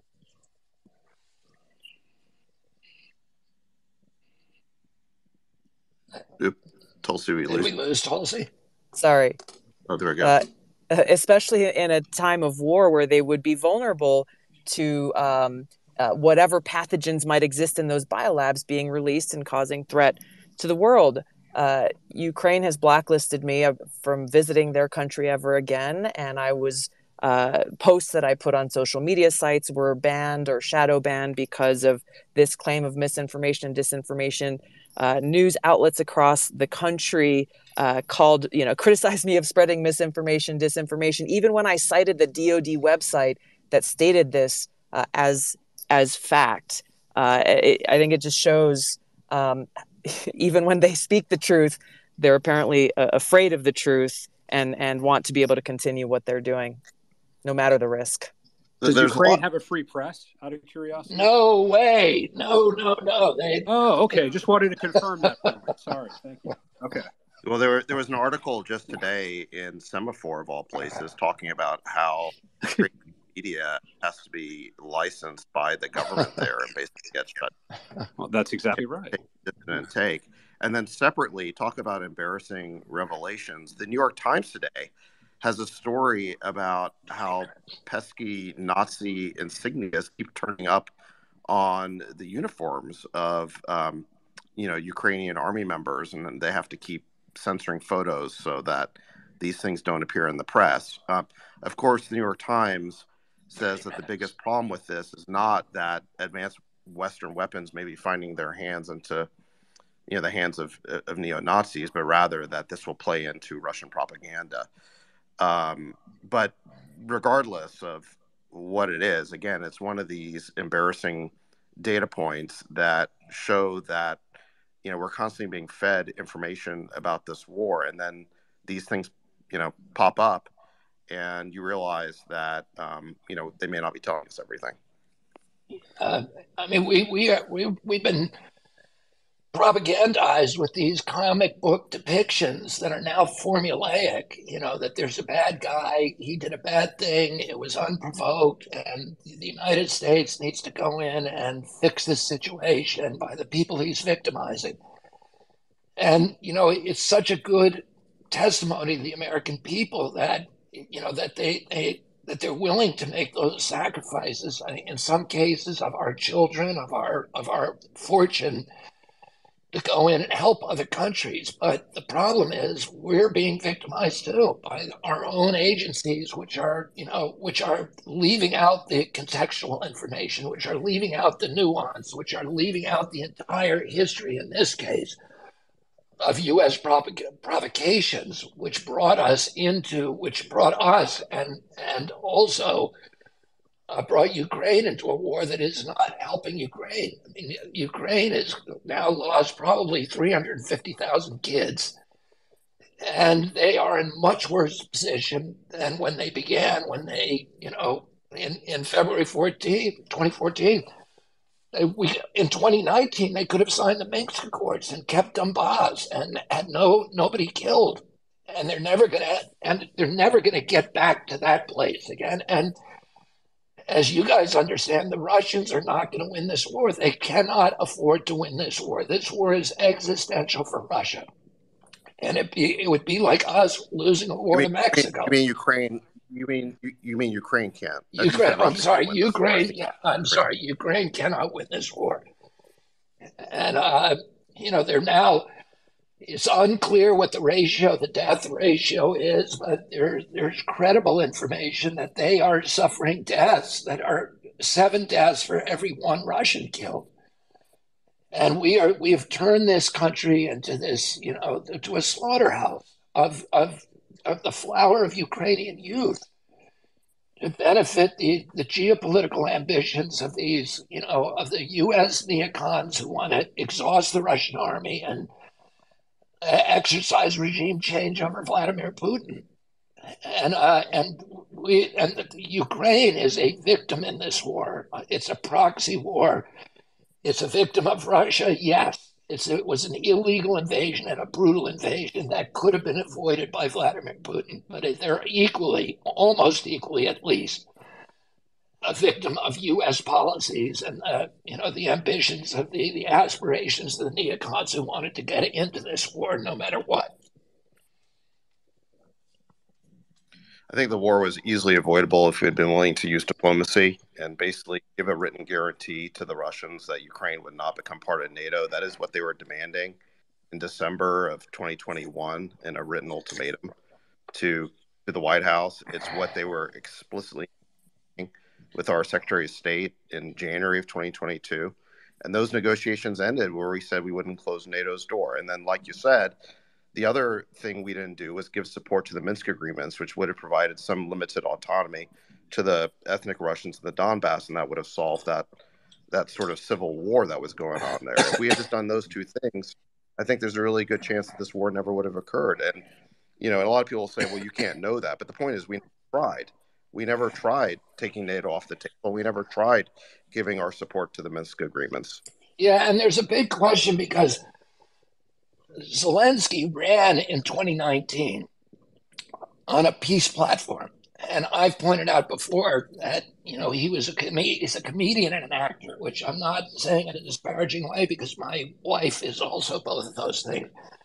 But I say that because he had no involvement in politics.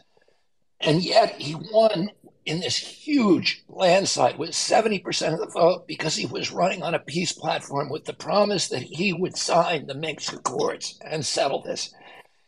And the Minsk Accords did the same thing that ultimatum did, which is they said NATO will forever keep out of Ukraine, and that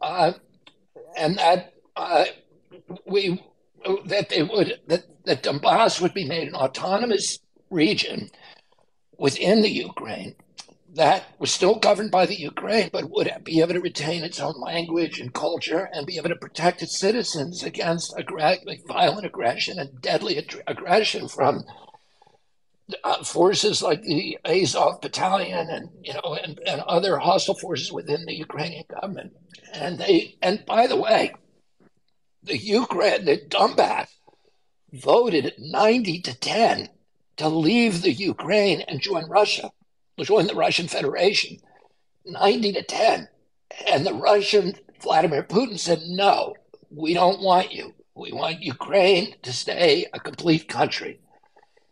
And then they agreed, Russia agreed, France agreed, Germany agreed on the Minsk Accords, which was that a reasonable settlement. Keep NATO out of the Ukraine. And why, my uncle, President Kennedy, used to always say, if you want to, the only way to have peace is if you put yourself into the shoes of your adversary. And he gave this very famous speech on June 10th. So 5 days now, it'll be the 60th anniversary of American University, his most important speech, which turned the country around on the atmospheric test ban treaty. It was the first test ban treaty. It was the first treaty of the nuclear age. It was the first treaty to ban certain use of nuclear weapons. he and Khrushchev agreed on it privately without involving the State Department. The State Department opposed it, the military opposed it, Congress and the Senate opposed it, but the American people ended up supporting it after he gave this speech and then did a national tour. But in that speech was a fascinating speech because he was explaining for the first time to the American people the role and the suffering that Russia had endured during World War II. Because I grew up in a generation where we were told that America had won the war against the Nazis. And, we were watching shows like Combat with Vic Morrow every week on TV, and that showed how Americans had been the victor, and, and without America, the world would have been lost. My uncle was telling the American people, that's not true. The people who beat Hitler were the Russians, and they made a sacrifice that is unimaginable to anybody else in the world. Hitler invaded Russia through the Ukraine and then killed 1 out of every 7 Russians and leveled the nation, 1/3 of the nation. My uncle, when during that speech, he said, imagine if all of the American continent, the continental United States, was reduced to rubble between the East Coast and Chicago. That's what happened to Russia. You've got to understand that if we're going to have peace with this country. And, we need to understand that today. We need to put ourselves in the shoes. By the way, it's not just Putin. The Russian leadership back in the 90s said, in 92, they made an agreement. They said, we will pull our troops, our 400,000 troops out of East Germany, and we will turn East Germany over to a hostile army, the NATO army. And the concession that we want from you for that is that you will not move NATO to the east. And President Bush famously told them, we will not move NATO 1 inch to the east. Then the leader of the neocons, Zbigniew Brzezinski, the grandfather of all the neocons, in 1997, laid out a plan for moving NATO into every one of the former Russian satellite states. And at that time, George Kennan, who was the most important diplomat in American history, he was the architect of the Cold War containment policy. He was a deity in terms of American statesmanship and diplomacy. He said that if you move NATO to the east, as your plans, the neocons have been planning, it will be a calamity that will end in forcing the Russians to violence, because you are intruding on their national security. Bill Perry, who at that time was the Secretary of Defense under Bill Clinton, threatened to resign because he said this is a formula for war with Russia. And this is long before Putin came in. Bill Burns, who was the U.S. ambassador in Moscow at that time, said the same thing. He said this is a formula that is going to force the Russians into war. Bill Burns, incidentally, is now the head of the CIA. So these were the most important diplomats who were saying, if you move NATO to the east, you're going to force the Russians into war. And we moved it to every country except one, Ukraine. And then we said, and that was the one where Russia said it is a red line. Bill Burns, in fact, wrote a note, a memo from Moscow to the State Department saying, "Niet means niet." And he said, if you move it into the Ukraine, they are going to go to war. They're not. It is a red line that you cannot cross. And yet the neocons they did as much as they could up through the Bush administration. Then they were in exile. And they came back in Trump. And what else did they do in Trump? They got rid of 2 nuclear treaties. So we walked away from 2 treaties, the intermediate nuclear weapons treaties, that banned intermediate nuclear weapons stationed anywhere near Russia.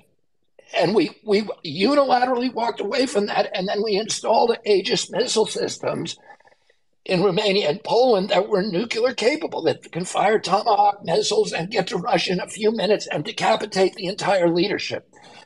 The Russians said, okay, you got that.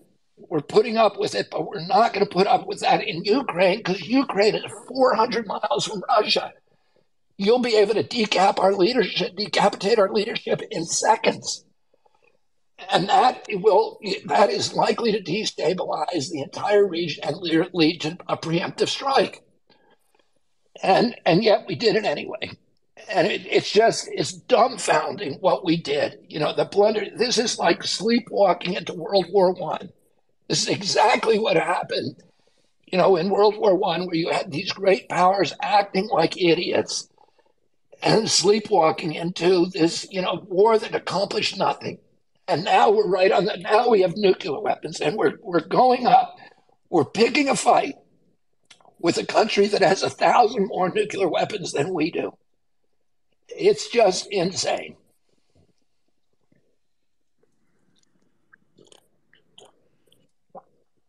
Elon, did you want to comment there?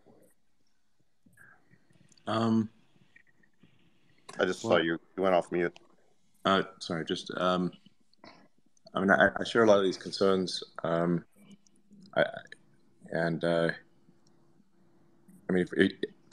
think certainly if there's not some kind of peace or ceasefire that is figured out soon, I agree that we're essentially sending the flower of Ukrainian youth and Russian youth. I think very, very few of those people actually want to be there to die in the trenches, and I think it's morally reprehensible if diplomats are having fine dinners while all these kids are dying in the trenches.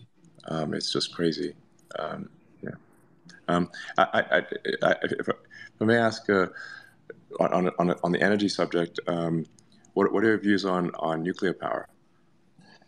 Well, I'm hesitant to get in a fight with Michael Schellenberg here because I have been disputing this for years. But what I've always said, Elon, is that on nuclear power, I'm all for nuclear power if you can make it safe and you can make it economical. And right now, it's just so far from being either.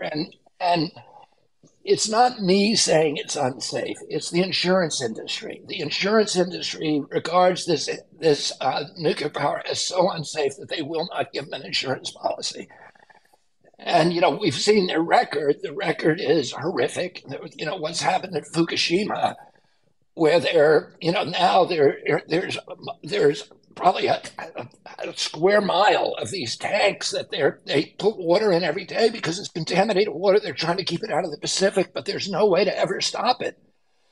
So they're building these huge, huge tanks, and you can look on the internet. They go all the way to the horizon. We've watched what happened at Chernobyl, et cetera. But putting aside the past performance of this industry, which has been cataclysmic, you just, if suddenly they get a technology that makes them safe, and get an insurance policy so that we don't have to worry about it. Right now, they've gone to Congress. They can't get insurance, so they've gone to Congress and, in a sleazy legislative maneuver in the middle of the night, passed the Price-Anderson Act, which absolves them from liability it gives them immunity from liability. So they're just like the vaccine industry. There's no incentive for them to behave because they don't have to pay the cost. The homeowners pay the cost.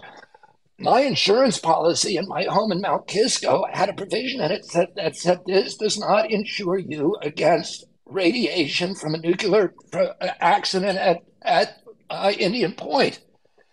It was so they shifted the burden to me, and industry shouldn't be allowed to do that. And then secondly, it's so catastrophically expensive. To build a solar plant costs $1 billion a gigawatt.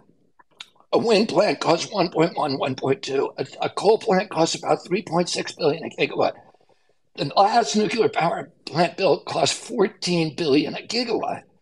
So, and then you have to pay for the mining of the uranium. You have to pay for the technicians. You have to pay for the outages.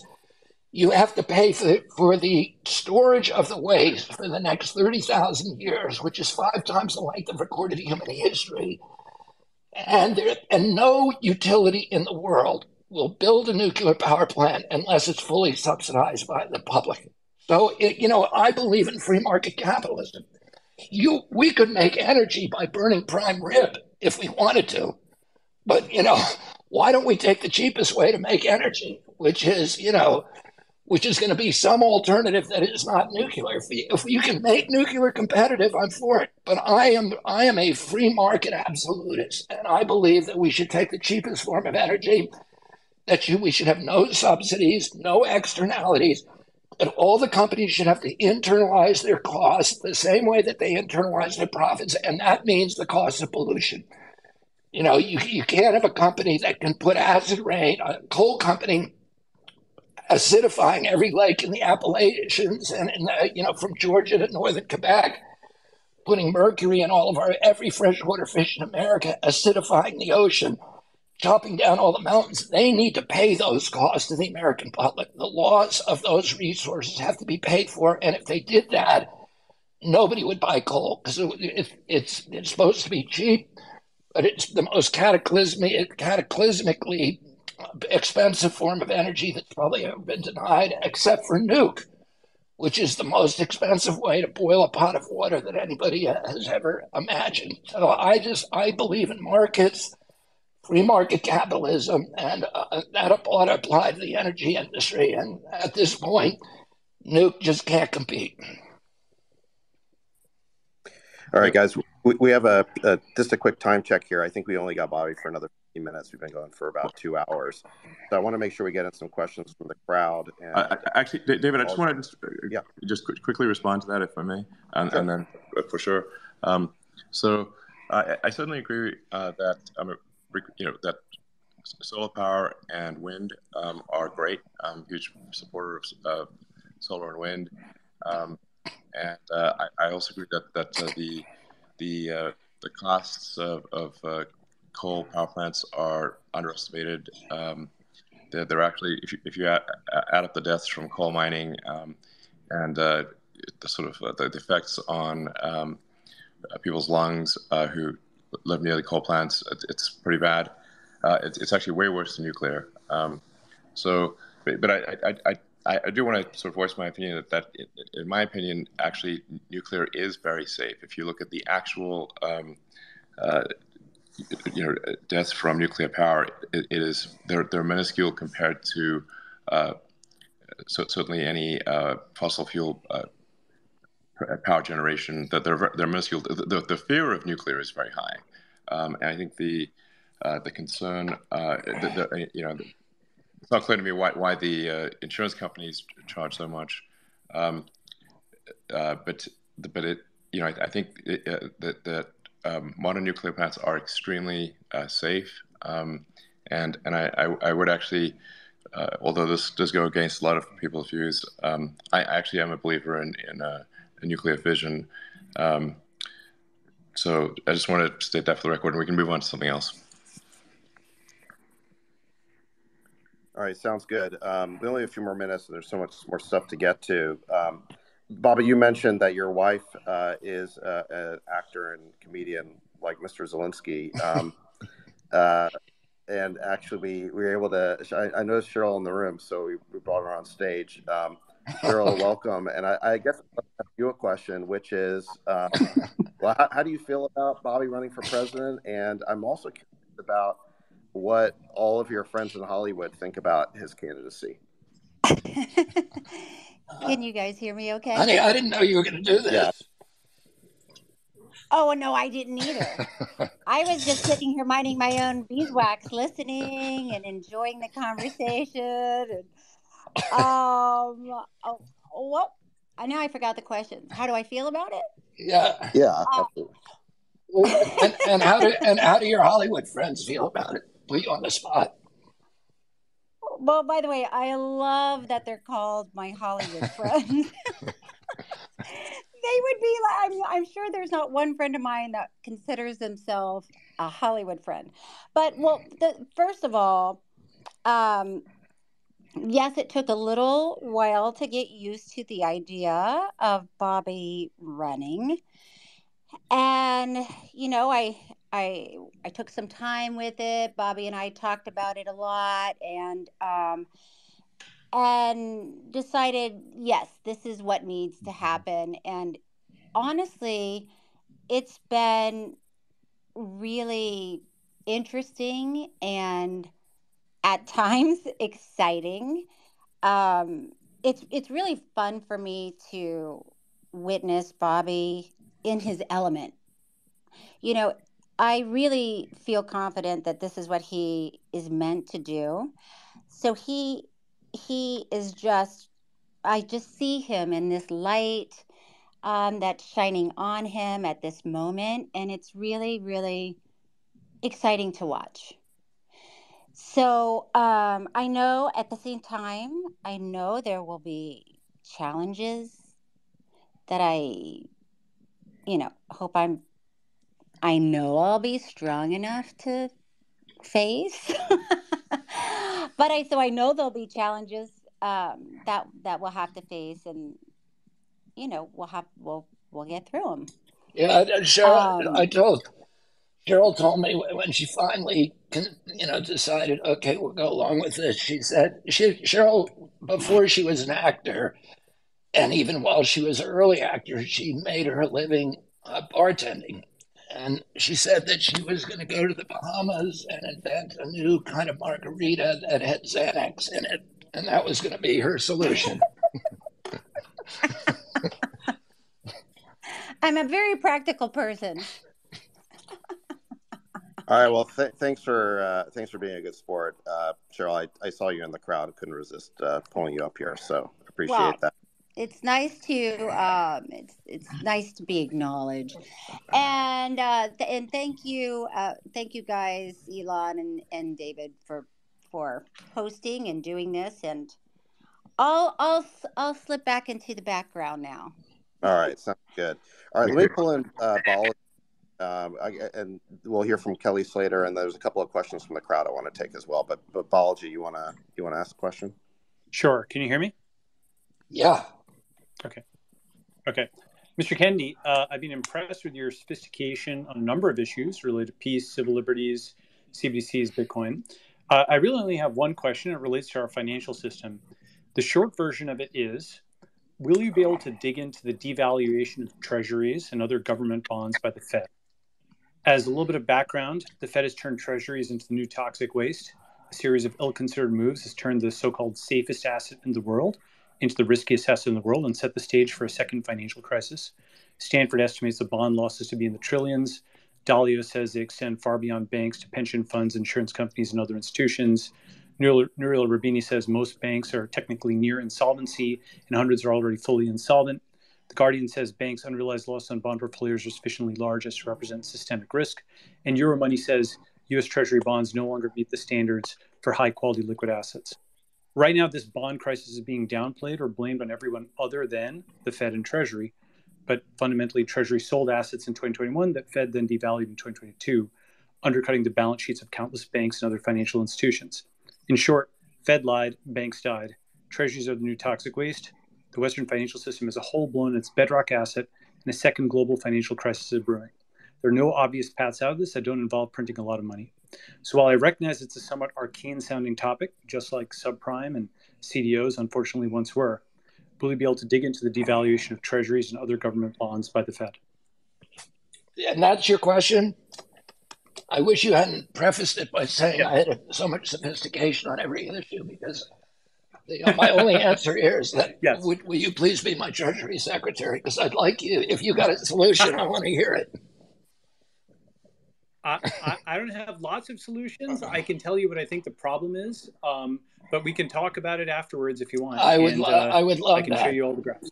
I would love that. And I do, I have a deep and long time concern about that has been deeply ingrained in my family for generations about just the out of control nature of the Fed, and the impact of the Fed not only on the global money supply but on democracy and on personal freedoms, etc.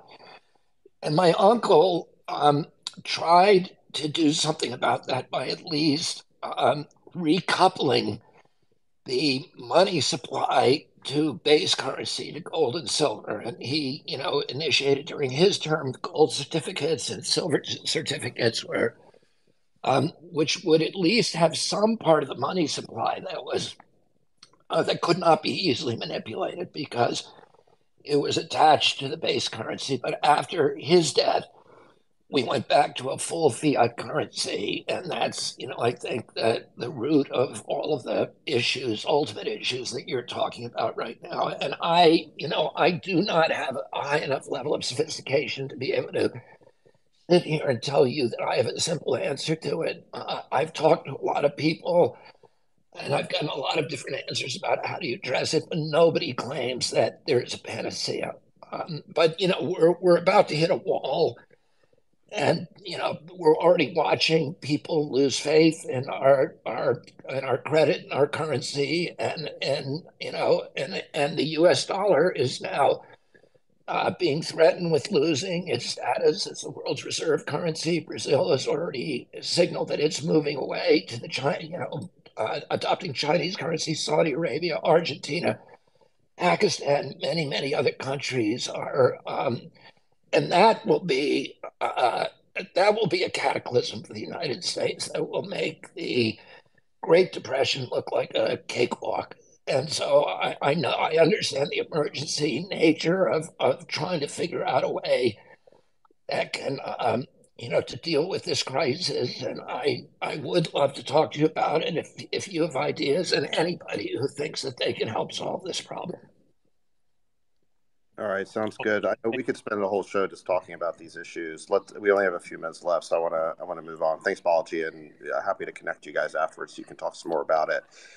Bobby, a question from the crowd. We got a lot of questions on the issue of gun control. I think it's one of the biggest topics in the feed. Here's one of them from a user, Real Pat King.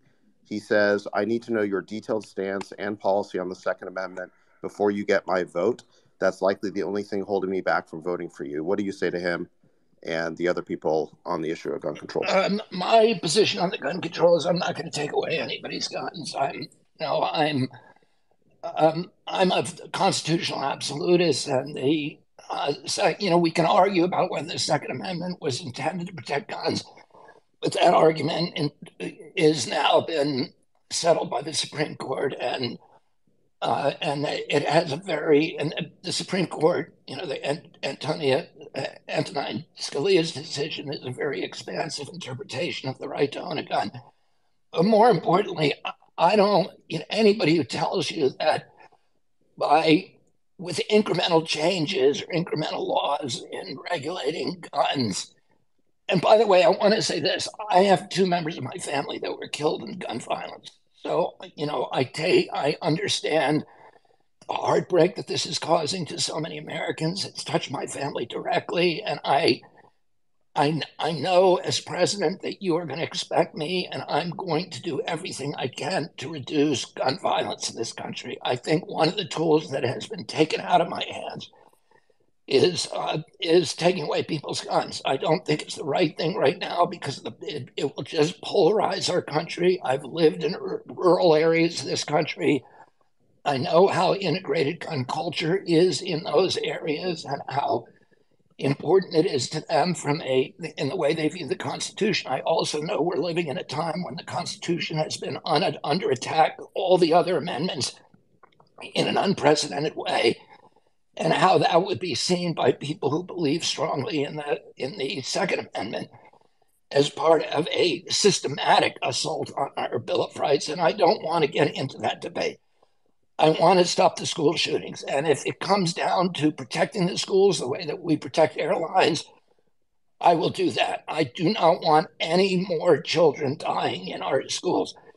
I also am going to look very closely at the role of psychiatric drugs in these events. And there are no good studies right now that should have been done years ago on this issue, because there's a tremendous circumstantial evidence that those like SSRIs and benzos and other drugs are doing this. There's something happening in our country right now that is not happening anywhere else in the world and has never happened in human history. And you have to look at almost all of these drugs. If you look at their manufactures inserts, they include a side effect of homicidal and suicidal behavior. And prior to the introduction of Prozac, we had almost none of these events in our country, and we've never seen them in human history, where people walk into a schoolroom of children or strangers and start shooting people. There's other nations that have as many guns per capita as we do, like Switzerland. Switzerland, the last school shooting was 21 years ago. We have one every 21 hours. The one thing that we have that's different than anybody in the world is the amount of psychiatric drugs our children are taking and our people are taking. And we need to look at that. And NIH should have done that years ago, but they will not do it. And they'll block other people from doing it because they're working not for us, but for the pharmaceutical industry. And this is their major profit center today. And so nobody wants to hear none of those, pharma does not want to hear about any problems with SSRIs. But I will do those studies immediately when I get into office, and we're going to get the truth. It's something, guns, the proliferation of guns, clearly abet violence. But anybody who tells you that they can remove enough guns, AR-15s or whatever, by tinkering at the margins and get to the kind of the situation that they have in Western Europe is pulling your leg. It's not going to happen.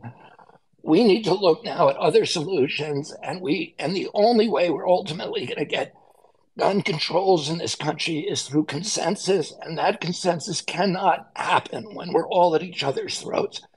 We need to assure the public, people who feel insecure about the Constitution, that our Constitution is no longer under threat, that nobody wants to come and take away their guns, and that will bring people to the table and say, okay, how do we protect our children? And that's what I'm going to try to do as president. All right, thank you. Let's go to Kelly Slater. Kelly, it looks like you're on a skateboard somewhere. You have a question for Bobby? Yeah, can you hear me, guys? Yes. Yeah. All right. Great to talk to you, Bobby. How are you, sir? Very well, Kelly. Thank you for calling. All right. I appreciate it. I think I speak for everyone when I say it's so refreshing to hear you talk about all these topics. Things like reaching across the aisle. It was really nice to see Tulsi on here. She's a good friend. I know what she's been through when she went to Syria and spoke to the leader over there. She got completely attacked for it at home. But to your point earlier regarding China, regarding Russia, other places, I mean, we need to have dialogue with these people. And I don't know why that's seen as such a bad thing. It doesn't mean you're in agreement. It means you're just trying to come up with solutions. But we see that at home more and more with the media. And as you pointed out earlier, I think things get into what seems like dangerous ground when you start to talk about the implications of big pharma and other companies being in cahoots with media, then controlling the narrative, trying to cancel people like yourself. There's some frightening topics. So I find it really refreshing to listen to you, listen to the transparency that you have when speaking about all these different topics. And I guess that leads me back to sort of my question, because I see you as almost a Trojan horse for transparency and honesty, and it's really refreshing in this political environment.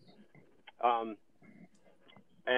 I feel like at times so far they've attempted to reduce you to small talking points in the media, and I love hear you talking about all these other things other than them focusing on your vaccine stance, questioning medical things. But as you get into all these other topics, we learn so much. So I just wonder how you'll change that narrative for people to hear your broader message and to continue to get that out, because there's so many challenging things, but also the way you talk about them is really inspiring. Thank you so much, Kelly, and thank you for your courage during the pandemic. You were really one of the few people at a time when athletes were being bullied all over the world. You were one of the few people who were standing up, and you came and talked to me on my podcast when literally nobody in the world would talk to me. So I won't ever forget that, and I'm such an admirer of yours, not only as an athlete, was one of my favorite athletes, but also as for your moral courage and for your really gentle, sweet approach to the world, and loving approach to the world, which is so inspiring. You know what, I don't have a good strategy other than I don't lead ever with vaccine stuff. I've been sort of silenced on all of these issues for 18 years, and I feel like I got, a lot of, I'm bursting with things that opinions that people may not want to hear. I don't ever need to talk about vaccines again. But if somebody asks me about vaccines, I'm going to tell them the truth.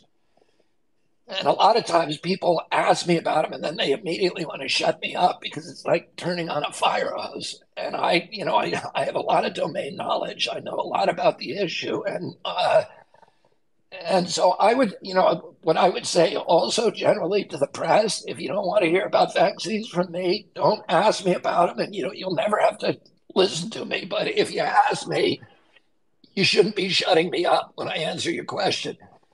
But I think I've actually been doing pretty well, Kelly, in being able to talk about some of these issues, about the Ukraine, about the censorship, about the economy, about the destruction of the American middle class, about the appropriation of our foreign policy by neocons, about the appropriation of our domestic policy by Wall Street and the big corporate dictators, and the capture of our agencies by the industries they're supposed to regulate. And I have now, it's been, Cheryl and I have been astonished by how much traction these issues are getting. And it's really been, she said that it was exciting, and that I think both of us are, excited that people seem to be listening and really care about these issues. So hopefully that will continue.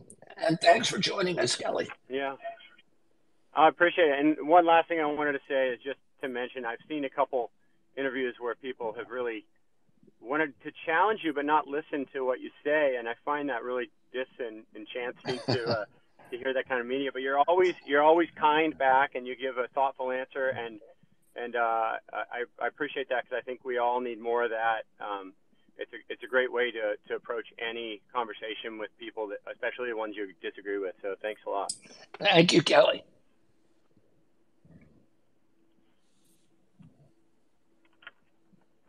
Great. Here's a question from the crowd. Let's see here. Tanner T22 asks, is your energy policy going to continue destroying our landscapes with the seas of solar panels and windmills? And TX Frenchman asks, your stance on oil and gas, drill or no drill? Well, I don't have an easy answer for either of those things. I think, like I said, I think we should not have that every energy system, every energy generator should have to internalize its cost. And there's some cases, like, for example, I've fought for many years offshore wind in the United States.